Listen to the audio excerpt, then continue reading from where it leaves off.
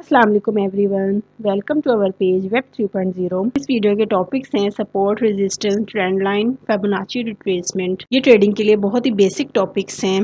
आपको basic topics के बारे में पता होगा तभी आप हाई लेवल टॉपिक्स को समझ सकेंगे।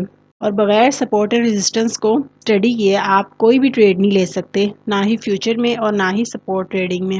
आप किसी भी टाइम फ्रेम में ट्रेडिंग कर रहे हैं तो आपको सपोर्ट एंड रेजिस्टेंस को समझना बहुत ज़रूरी होता है।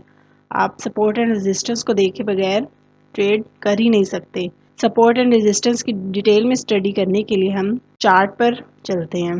जैसा कि आप जानते हैं कि प्राइस कभी भी स्ट्रेट लाइन में ना ऊपर जाती है ना नीचे आती है, बल्कि इसकी हर कैंडल में वॉलीटिलिटी होती है और इसी वॉलीटिलिटी में हमने अपनी सपोर्ट एंड रेजिस्टेंस को फाइंड करना होता है। इसकी एग्जांपल के लिए मैंने स्क्रीन पर कुछ लाइंस ड्रॉ की हैं। जिस तरह कि आपको नज़र आ रहा है कि प्राइस का एक अप ट्रेंड है और इसी अप ट्रेंड में आपको एक लाइन शो हो रही है जो कि एक सपोर्ट का किरदार अदा कर रही है। जो नीचे वाली लाइन है इसे हम सपोर्ट कहेंगे क्योंकि प्राइस जब भी इस पर टच करती है तो यहाँ से बाउंस बैक करके ऊपर चली जाती है। और यहाँ पर 2 से 3 बार प्राइस ने टच किया है और इस पॉइंट से प्राइस टच करके बाउंस बैक करके ऊपर चली जाती है। और ऊपर भी इसको एक रेजिस्टेंस फेस करनी पड़ती है। जब प्राइस इस पर आती है तो यहाँ से वापस नीचे आ जाती है, बल्कि ये रेजिस्टेंस प्राइस को ऊपर नहीं जाने दे रही, तो इसको हम रेजिस्टेंस का एरिया कहेंगे। रेजिस्टेंस और सपोर्ट की लाइंस का कलर आपने चेंज रखना है। रेजिस्टेंस के लिए आप रेड लाइन ड्रॉ कर सकते हैं ताकि डिफरेंशिएट आप कर सकें।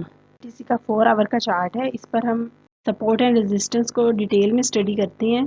इस पर मैंने 2 लाइंस ड्रॉ की हैं जो सपोर्ट एंड रेजिस्टेंस को शो कर रही हैं। जो रेजिस्टेंस की लाइन है उसको हम रेड कलर दे देते हैं। अब आप देख रहे हैं कि सपोर्ट लाइन को प्राइस बार बार टच करती है और ऊपर जाने की कोशिश करती है। यहाँ इसने 1 2 3 4 5 और 6 बार टच किया। इसी सपोर्ट से प्राइस जब टच करती है इसके बाद बाउंस बैक देती है और हमें अप साइड पर नज़र आ रहा है एक रेजिस्टेंस बनी हुई है। जब प्राइस इस पॉइंट पर जाती है तो डाउन आ जाती है। जब प्राइस इस पॉइंट पर जाती है तो फिर डाउन आ जाती है। जब दोबारा इस पॉइंट पर जाती है तो फिर डाउन आ जाती है और बार बार इसको ब्रेक करने की कोशिश करती है। और जब प्राइस इसे ब्रेक करती है तो हम इसे कहते हैं कि ब्रेक आउट हो गया। जब प्राइस रेजिस्टेंस को ब्रेक करे तो उसका मतलब ये होता है कि ब्रेकआउट हो गया और अब अप ट्रेंड स्टार्ट हो गया है। लेकिन अगर प्राइस सपोर्ट को ब्रेक करती है तो उसे हम ब्रेक डाउन कहते हैं और उसे हम कहते हैं कि एक डाउन ट्रेंड स्टार्ट हो गया। जिस तरह एग्जांपल ले लेंगे, अगर प्राइस इस सपोर्ट को तोड़ के मज़ीद नीचे आती है तो उसे हम कहेंगे कि डाउन ट्रेंड स्टार्ट हो गया है और प्राइस ने अपना ब्रेक डाउन दे दिया है। जिस तरह आपको इस यहाँ पर एक नज़र आ रही है, लेकिन ये एक विक है, ये ब्रेक डाउन नहीं है। जब प्राइस किसी एक पॉइंट को बार बार टच करती है तो हम कहते हैं कि वो पॉइंट वीक हो गया है, चाहे वो रेजिस्टेंस हो या वो सपोर्ट हो। जिस तरह आपको इस वक्त चार्ट पर ये पॉइंट नज़र आ रहा है कि प्राइस इस पर बार बार आके टच कर रही है। पहले ये सपोर्ट का काम दे रही थी, लेकिन जब यहाँ से ब्रेक डाउन हुआ और प्राइस नीचे आ गई तो यही सपोर्ट हमारे लिए रेजिस्टेंस बन गई, जिस तरह कि आपको नज़र आ रहा है। और सेम एज इट इज़ होता है कि जब कोई सपोर्ट टूटती है और प्राइस ब्रेक डाउन हो जाती है तो वही सपोर्ट बाद में रेजिस्टेंस बन जाती है। जब सपोर्ट लाइन टूटती है तो हमें वहाँ से रिजेक्शन मिलती है नीचे की तरफ। जिस तरह का आपको इस एरिया में नज़र आ रहा है कि प्राइस बहुत देर तक कंसोलिडेट की, फिर उसके बाद ये सपोर्ट, पहले ये सपोर्ट लेवल था, जब ये टूटा तो फिर उसके बाद हमें एक ब्रेक डाउन देखने को मिला और उसने बीटीसी ने अपनी एक नई सपोर्ट यहाँ पर बना ली और इसको रेजिस्टेंस का एरिया कहेंगे क्योंकि ये पहले सपोर्ट थी और अब ये बाद में रेजिस्टेंस बन गई। ट्रेंड लाइंस हमेशा 2 तरह की होती हैं, एक अप ट्रेंड लाइन और एक डाउन ट्रेंड लाइन। ये मैं आपको चार्ट पर ड्रॉ करके दिखा देती हूँ। जिस तरह हमें यहाँ एक अप मूवमेंट नज़र आ रही है तो हम इसे अप ट्रेंड कहेंगे। ये मैंने वीक टू वीक ड्रॉ की है। इस ट्रेंड लाइन पर आपको एटलीस्ट 2 टचेस की ज़रूरत होती है। प्राइस को कम से कम 2 जगह पर टच करना लाजमी होता है, तभी ये ट्रेंड लाइन वैलिड होगी। और इसे आप जो है स्मॉलेस्ट टाइम फ्रेम में कभी भी ड्रॉ ना करें, बल्कि इसे कम से कम 1 आवर, 4 आवर या डे चार्ट पर ड्रॉ करें, तभी आपकी ट्रेंड लाइन वैलिड होगी। जिस तरह आपको यहाँ नज़र आ रहा है कि प्राइस एक अप मूवमेंट में मूव कर रही है, ठीक है। अब प्राइस ने एक पॉइंट पर पहुंचकर क्या किया, इसको ट्रेंड लाइन को ब्रेक कर दिया और ब्रेक करने के बाद जब ये ट्रेंड लाइन टूटी तो प्राइस ने एक डाउन ट्रेंड स्टार्ट कर दिया और यहाँ एक डाउन ट्रेंड शुरू हो गया। तो अब हम इस पर एक डाउन ट्रेंड लाइन ड्रॉ कर सकते हैं। डाउन ट्रेंड लाइन जो है हमेशा रेजिस्टेंस लेवल पर ऊपर की तरफ होती है कैंडल्स पर, जबकि अप ट्रेंड लाइन जो है हमेशा नीचे की तरफ ड्रॉ होती है कैंडल्स के। हम इसकी डिफ्रेंसिएशन के लिए कलर को चेंज कर लेते हैं। अब जो ग्रीन ट्रेंड लाइन है ये अप ट्रेंड को शो कर रही है, जो रेड ट्रेंड लाइन है वो रेजिस्टेंस को शो कर रही है। और जब आप देख रहे हैं कि प्राइस एक पॉइंट पर आकर यहाँ पर प्राइस ने रेजिस्टेंस ट्रेंड लाइन को ब्रेक कर दिया और यहाँ से एक अप ट्रेंड स्टार्ट हो गया।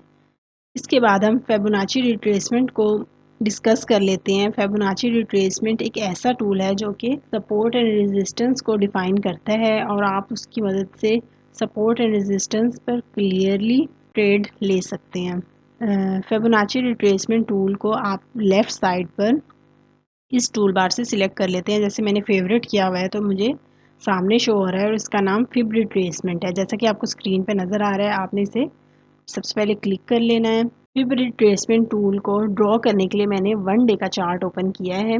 आप इसे किसी भी टाइम फ्रेम पर ड्रॉ कर सकते हैं, लेकिन ये छोटे टाइम फ्रेम पर वैलिड नहीं होता। आप इसे एटलीस्ट 4 आवर या 1 डे के चार्ट पर इसे ड्रॉ करें। 15 मिनट या 5 मिनट के चार्ट पर इसे ड्रॉ ना करें।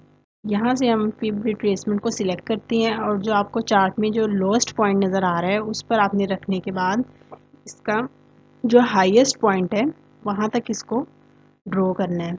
आप ये देखें कि इसके जो ये सारे पॉइंट्स हैं ये आपको सपोर्ट का भी काम देते हैं और रेजिस्टेंस का भी काम देते हैं। जिस तरह कि ये पॉइंट है ये इसने पहले सपोर्ट का काम दिया, लेकिन जब ये सपोर्ट टूट गई तो यही पॉइंट जो है रेजिस्टेंस बन गया। इसी तरह इसका 0.5 जो है एक अच्छा लेवल होता है सपोर्ट के लिए। अगर आपको इस पर प्राइस मिले तो आप ज़रूर बाइंग करें। उसके बाद 0.618 जो है इसका गोल्डन रेशो है। इस पर भी प्राइस जब आती है तो बाउंस बैक ज़रूर करती है। ये एक स्ट्रॉन्ग सपोर्ट का काम करता है, इसलिए हम इसको 0.618 को गोल्डन रेशियो पॉइंट कहते हैं। और ये हाईली रिकमेंडेड होता है कि अगर आपको ये चार्ट पर मिल जाए प्राइस इस लेवल पर तो आपने बाइंग ज़रूर करनी है। और बहुत ही अगर वर्स्ट केस सिनेरियो हो तो प्राइस 0.786 पर आ जाती है, वरना बहुत कम ऐसा होता है कि आपको प्राइस इस पॉइंट पर दिखाई दे। इस टूल को हम डाउन ट्रेंड के लिए भी इन्वर्स करके यूज़ कर सकते हैं। जिस तरह अभी हमने ये अप ट्रेंड में ड्रॉ किया है, इस तरह हम इसको डाउन ट्रेंड के लिए भी ड्रॉ कर सकते हैं। जिस तरह मैं अभी आपको करके दिखा देती हूँ। इसको हम हाईएस्ट पॉइंट पर रखकर एक लोएस्ट पॉइंट तक ले आते हैं। अब ये तमाम पॉइंट्स आपको दोबारा से सपोर्ट एंड रेजिस्टेंस शो कर रहे हैं। अगर आपने long and short positions open करनी है तो ये टूल्स उसके लिए भी बेहतरीन है। आप देख रहे हैं कि अब इस टूल पर जो है एक रेजिस्टेंस लाइन ड्रॉ हो गई है। जैसे कि मैंने आपको थोड़ी देर पहले ड्रॉ करके दिखाई थी कि रेजिस्टेंस लाइन जो है हमेशा कैंडल्स के ऊपर ड्रॉ करते हैं। क्योंकि हमने इसे इन्वर्स ड्रॉ किया है तो रेजिस्टेंस लाइन खुद ब खुद ऊपर की तरफ आ गई। इसे हम डाउन ट्रेंड लाइन भी कहते हैं। उम्मीद है आपको इस वीडियो से ट्रेंड लाइंस, फिब रिट्रेसमेंट और सपोर्ट एंड रेजिस्टेंस को समझने में आसानी हुई होगी। अगर आपको ये वीडियो पसंद आई हो तो इसको लाइक करें, सब्सक्राइब करें, शेयर करें। नेक्स्ट वीडियो में मैं और भी इंटरेस्टिंग टॉपिक्स लेकर आऊँगी। तब तक के लिए अल्लाह हाफिज़।